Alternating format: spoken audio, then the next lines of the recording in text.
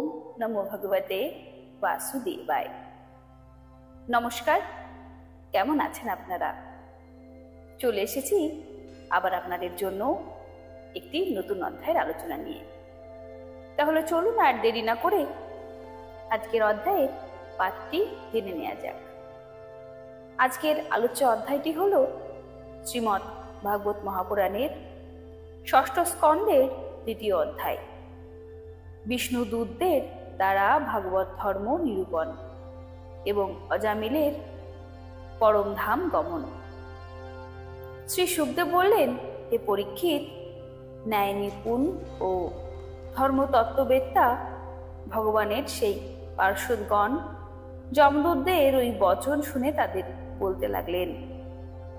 বিষ্ণুদূতগণ বললেন, হে যমদূতগণ, বড়ই আশ্চর্য ও দুঃখের ব্যাপার যে ধর্মদর্শী সাধুদের সভায় অধর্মের প্রবেশ হচ্ছে, কারণ সেখানে নিরপরাধ ও দণ্ডার্হ ব্যক্তিকে অনর্থক দণ্ড দেওয়া হচ্ছে। প্রজারক্ষক শাসক সমদর্শী ও পরোপকারী সাধু ব্যক্তি যদি প্রজাদের প্রতি বৈষম্যমূলক আচরণ করেন, তাহলে প্রজাগণ কার শরণাপন্ন হবে? সৎপুরুষগণ যেমন আচরণ করেন, সাধারণ মানুষও তাই অনুকরণ করে। শ্রেষ্ঠ ব্যক্তিরা নিজেদের আচরণের দ্বারা যে কর্মকে ধর্মানুকূল বলে প্রমাণিত করেন, সাধারণ মানুষও তাই অনুসরণ করে। সাধারণ মানুষ পশুর মতো ধর্ম অধর্ম কিছুই জানে না, কোনো সৎপুরুষকে বিশ্বাস করে, তার কোলে মাথা রেখে নির্ভয়ে ও নিশ্চিন্তে নিবৃত থাকে। এরূপ দয়ালু এবং সকলের অতিশয় বিশ্বাসযোগ্য যিনি, তাকে যে আপনজন মনে করে তার কাছে আত্মসমর্পণ করেছে, সেই অজ্ঞানী জীবের সঙ্গে তিনি কি করে বিশ্বাসঘাতক করতে পারেন? হে যমদূতগণ, এই অজামিল কোটি কোটি জন্মে সঞ্চিত পাপেও প্রায়শ্চিত্ত শেষ করেছে, কারণ অবশ প্রাণেও মৃত্যু সময়ে সে ভগবানের পরম কল্যাণময় মোক্ষপ্রদ নাম তো উচ্চারণ করেছে। সেই মুহূর্তে সে নারায়ণ এই 4 অক্ষর উচ্চারণ করেছে। তৎক্ষণাৎ কেবল ওই উচ্চারণ মাত্রই এই পাপাত্মার সমস্ত পাপরাশির প্রায়শ্চিত্ত হয়ে গেছে। চোর, মদ্যপ, মিত্রদ্রোহী, ব্রহ্মহত্যাকারী, গুরুপত্নীগামী এইরকম পাতকীদের, সংঘর্ষকারী, স্ত্রীহন্তা, রাজঘাতী, পিতৃহত্যাকারী, গোবধকারী, এই সব পাতকী বা অন্য আরও যত রকম পাতকী আছে, সমস্ত পাতকীরই এই বিষ্ণু নামোচ্চারণেই সর্বোৎকৃষ্ট প্রায়শ্চিত্ত। কারণ ভগবত নাম উচ্চারণে মানুষের বুদ্ধি ভগবানের গুণ, লীলা এবং স্বরূপে নিবদ্ধ হয় এবং স্বয়ং ভগবানেরও তার প্রতি আত্মীয় বুদ্ধি হয়ে থাকে। বেদার্থবাদী বড় বড় মুনি ঋষিগণ পাপনাশের জন্য কৃচ্ছ সাধন, চান্দ্রায়ণ আদি ব্রত ইত্যাদি বহু রকম প্রায়শ্চিত্তের বিধান দিয়েছেন, কিন্তু সেই সব প্রায়শ্চিত্তের পাপীর সমূল শুদ্ধি ততটা হয় না। ভগবত নামে তার নাম সংযুক্ত পদাবলী উচ্চারণের দ্বারা তা হয়, কারণ ভগবানের নামের দ্বারা পবিত্র কীর্তি ভগবানের গুণাদির বিষয়ে উপলব্ধি হয়। প্রায়শ্চিত্ত অনুষ্ঠানের পরেও মন যদি আবার কুপথে পাপের দিকে চালিত হয়, তবে সেই প্রায়শ্চিত্ত ঐকান্তিক প্রায়শ্চিত্ত নয়, অর্থাৎ সেই প্রায়শ্চিত্ত চিরদিনের জন্য মনকে শুদ্ধ করতে পারেনি। সেই জন্য যারা এই রকম প্রায়শ্চিত্ত করতে চায়, যাতে পাপকর্ম ও পাপ বাসনার মূলোচ্ছেদ হয়ে যায়, তাহলে শ্রীহরির লীলাকীর্তনই মুখ্য প্রায়শ্চিত্ত, কারণ তার লীলাকীর্তনে অন্তঃকরণ পূর্ণভাবে শুদ্ধ হয়ে যায়। সুতরাং হে যমদূতগণ, তোমরা অজামিলকে নিয়ে যেও না। এর সমস্ত পাপের প্রায়শ্চিত্ত শেষ হয়ে গেছে, কারণ এ আসন্ন মৃত্যু সময়ে ভগবানের নাম উচ্চারণ করেছে। জ্ঞানী পুরুষগণ কথা জানেন যে সংকেত দ্বারা পরিহাস ছলে গীতা লাভ পূরণার্থে অথবা অবজ্ঞাক্রমেও যদি কেউ ভগবানের নাম উচ্চারণ করে তবে তার সমস্ত পাপ নষ্ট হয়ে যায়।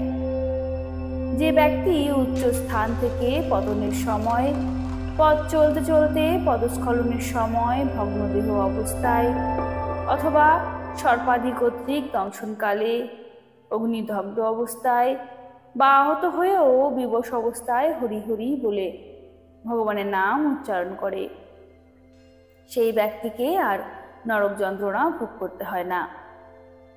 মনু প্রমুখ মহর্ষিগণ পাপের গুরুত্ব ও লঘুত্ব বিবেচনা করে গুরু ও লঘু নামকরণের প্রায়শ্চিত্তের বিধান করেছেন, এতে কোনো সন্দেহ নেই যে সেই সব তপস্যা, দান, জপ ইত্যাদি প্রায়শ্চিত্তের দ্বারা সকল প্রকারের পাপ নষ্ট হয়ে যায়।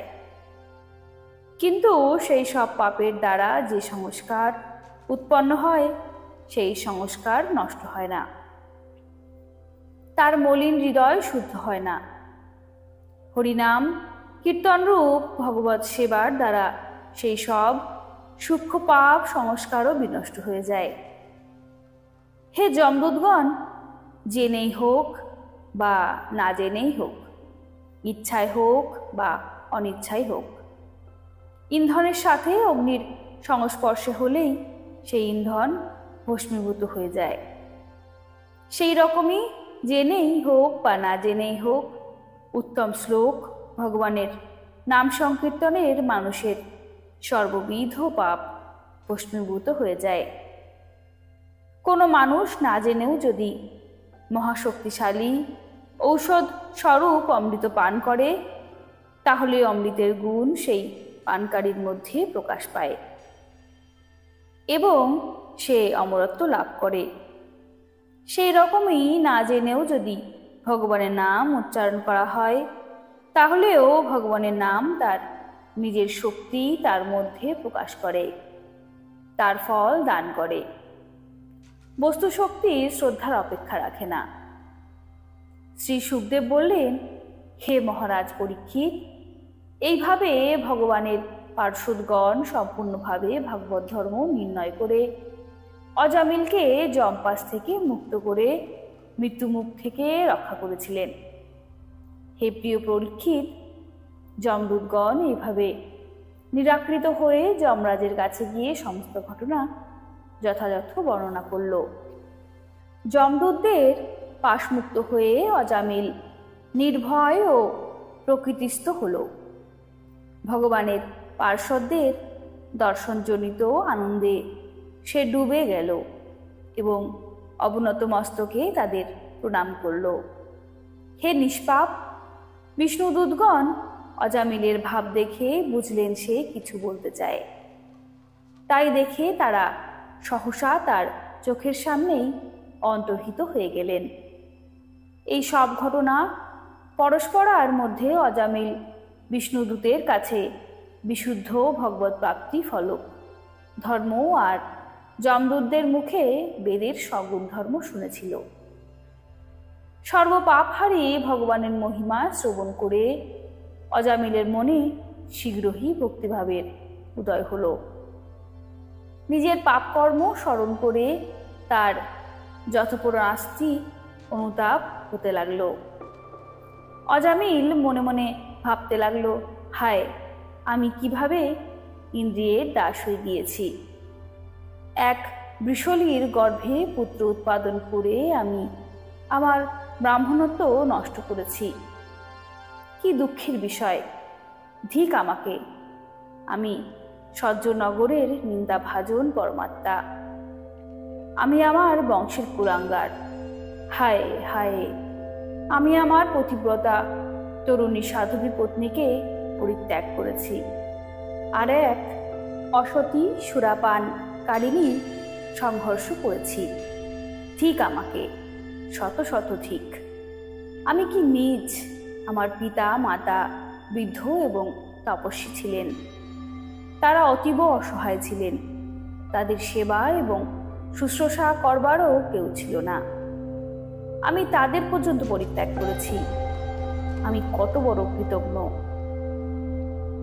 ধর্মভ্রষ্ট কামুকগণ যে ঘোরতর নরকে পড়ে নানা রকম যন্ত্রণা ভোগ করে, পাপাচারী আমিও নিশ্চিতই সেই ঘোর নরকে পতিত হব। আমি এতক্ষণ যা দৃশ্য দেখলাম তা কি স্বপ্ন, অথবা জাগ্রত অবস্থাতেই প্রত্যক্ষ অনুভব করলাম? একটু আগে যারা আমার পাশ হাত নিয়ে আমাকে আকর্ষণ করছিল, তারা কোথায় গেল? এইমাত্র আমাকে পাশবদ্ধ করে পৃথিবীর নিচে নিয়ে যাচ্ছিল, কিন্তু 4 জন সৌম্যমূর্তি সিদ্ধপুরুষ আমাকে মুক্ত করলেন। তারা এখন কোথায় চলে গেলেন? এই জন্মে যদিও আমি মহাপাতকী হয়েছি, তবুও পূর্বজন্মে নিশ্চয়ই আমার কোনো মহৎ পুণ্য সঞ্চিত ছিল। তারই ফলে আমি এই দেবোত্তমদের দর্শন লাভ করেছি। তাদের দর্শনের সেই স্মৃতিতে আমার মন এখনো পর্যন্ত আনন্দে পরিপূর্ণ হয়ে রয়েছে। আমি বৃষলিপতি ও অসুচি। পূর্বজন্মে যদি কোনো পুণ্যকর্ম না করে থাকি, তাহলে মৃত্যুর সময় আমার জিহ্বা শ্রী ভগবানের মনমোহন নাম কি করে উচ্চারণ করল?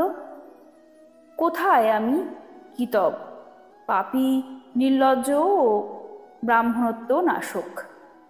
আর কোথায় এই পরম মঙ্গল স্বরূপ ভগবানের নারায়ণ নাম?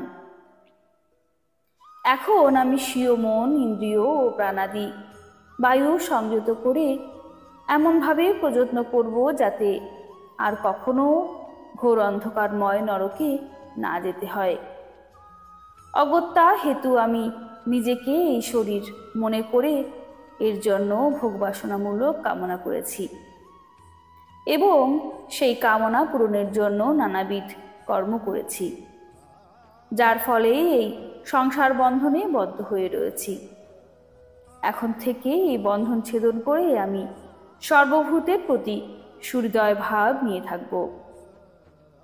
বাসনাকে শান্ত করব, সকলের সঙ্গে মিত্রসুলভ ব্যবহার করব, দুঃখীদের প্রতি দয়াশীল হব এবং সম্পূর্ণ সংযত জীবনযাপন করব। ভগবানের মায়া স্ত্রীরূপ ধারণ করে অধম আমাকে মুক্ত করে রেখেছিল এবং ক্রীড়া মৃগের মতো আমাকে খেলেছিল। এখন আমি নিজেই নিজেকে সেই মায়ামোহ থেকে মুক্ত করব। আমি সত্য বস্তু ভগবানকে চিনতে পেরেছি। সুতরাং এখন আমি দেহাদিতে আমি আমার এইসব মিথ্যা বুদ্ধি পরিত্যাগ করে ভগবত নাম কীর্তন দ্বারা নিজের চিত্তশুদ্ধি করব এবং সেই ভগবানের প্রতি মন নিত্য নিবেশিত করব। শ্রী সুখদেব বললেন, হে পরীক্ষিত, অত্যল্প কালের জন্যই অজামিল ভগবানের পার্শ্বদ মহাত্মাদের সঙ্গলাভ করেছিলেন। তার ফলেই তার মনে তীব্র সংসার বৈরাগ্য উপস্থিত হয়েছিল। তিনি সংসারের সকল বন্ধন উপেক্ষা করে হরিদ্বারে চলে গেলেন। সেই দেবস্থানে গিয়ে তিনি ভগবানের এক মন্দিরে আসন পেতে বসলেন এবং যোগ অবলম্বন করে ইন্দ্রিয় বর্গকে বিষয় থেকে প্রত্যাহত করে আত্মাতে মন সমাহিত করলেন এবং মনকে বুদ্ধিতে মিলিয়ে দিলেন। অনন্তর আত্মচিন্তন দ্বারা তিনি বুদ্ধিকে বিষয় থেকে নির্লিপ্ত করে চিত্তের একাগ্রতা দ্বারা জ্ঞানময় পরব্রহ্ম স্বরূপ ভগবানের সংযোজিত করলেন। এইভাবে অজামিলের বুদ্ধি যখন ত্রিগুণাত্মিকা প্রকৃতির ঊর্ধ্বে উঠে ভগবানের স্বরূপে স্থির নিশ্চল হল, তখন তিনি দেখলেন যে তার সামনে সেই 4 জন বিষ্ণুদূত দাঁড়িয়ে আছেন। অজামিল নতমস্তকে তাদের প্রণাম করলেন। তাদের দর্শনের পরেই অজামিল সেই গঙ্গা তীর্থে দেহত্যাগ করলেন এবং তৎক্ষণাৎ ভগবানের পার্শ্বদগণের অনুরূপ রূপ প্রাপ্ত হলেন। বিষ্ণুদূতদের সাথে স্বর্ণময় বিমানে আরোহণ করে সেখানে ভগবান শ্রীপতি বিরাজমান। অজামিল আকাশপথে সেই বৈকুণ্ঠ ধামে চলে গেলেন। হে পরীক্ষিত, অজামিল দুশ্চরিত্রা দাসীর পতিত্ব গ্রহণ করে সেও সমস্ত ধর্ম পরিত্যাগ পূর্বক নিন্দিত কর্মের দ্বারা পতিত হয়েছিলেন এবং পুরুষের প্রতিপালনীয় নিয়ম থেকে তিনি চ্যুত হয়েছিলেন, আর তার ফলে যমদূতগণের দ্বারা নরকে নিক্ষিপ্ত হচ্ছিলেন। কিন্তু সেই ক্ষণে ভগবানের নাম একবার মাত্র উচ্চারণের সাথে সাথেই তিনি সদ্য মুক্তি লাভ করলেন। এই পৃথিবীতে সংসার বন্ধন থেকে যে মুক্তি হতে চায় তার পক্ষে তীর্থপদ ভগবানের নাম কীর্তনের চেয়ে অন্য কোনো শ্রেষ্ঠ সাধন নেই। কারণ নামের স্মরণ গ্রহণ করলে মানুষের মন আর কর্মে আসক্ত হয় না। ভগবত নাম ছাড়াও অন্য যেসব প্রায়শ্চিত্ত আছে তাতে রজ ও তমগুণজনিত মনের মলিনতা থেকে যায়, আর পাপের মূল্যচ্ছেদও হয় না। হে পরীক্ষিত, এই ইতিহাস পরম গুহ ও পাপ বিনাশক।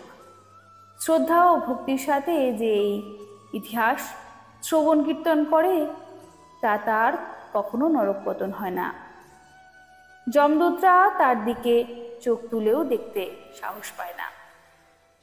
সেই মানুষ যদি অতিশয় পাপাত্মাও হয় তবুও সে বিষ্ণুলোকে পূজনীয় হয়ে থাকে।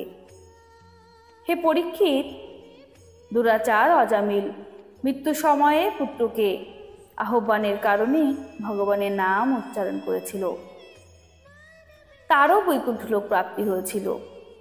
সুতরাং যে মানুষ শ্রদ্ধাপ্লুত চিত্তে ভগবত নাম উচ্চারণ করে তার আর কথা কি। শ্রী মহর্ষি বেদব্যাস প্রণীত পারমহংসী সংহিতা শ্রীমৎ ভাগবত মহাপুরাণের ষষ্ঠ স্কন্ধের অজামিল উপাখ্যানের 2য় অধ্যায় এখানে সমাপ্ত হলো। কেমন লাগলো ভিডিওটি কমেন্টে অবশ্যই জানাবেন, আর ভালো লাগলে অবশ্যই চ্যানেলটিকে সাবস্ক্রাইব এবং ভিডিওটিকে বেশি বেশি করে শেয়ার করবেন। আজ তবে আসি, ভিডিওটি দেখার জন্য অসংখ্য ধন্যবাদ। রাধে রাধে।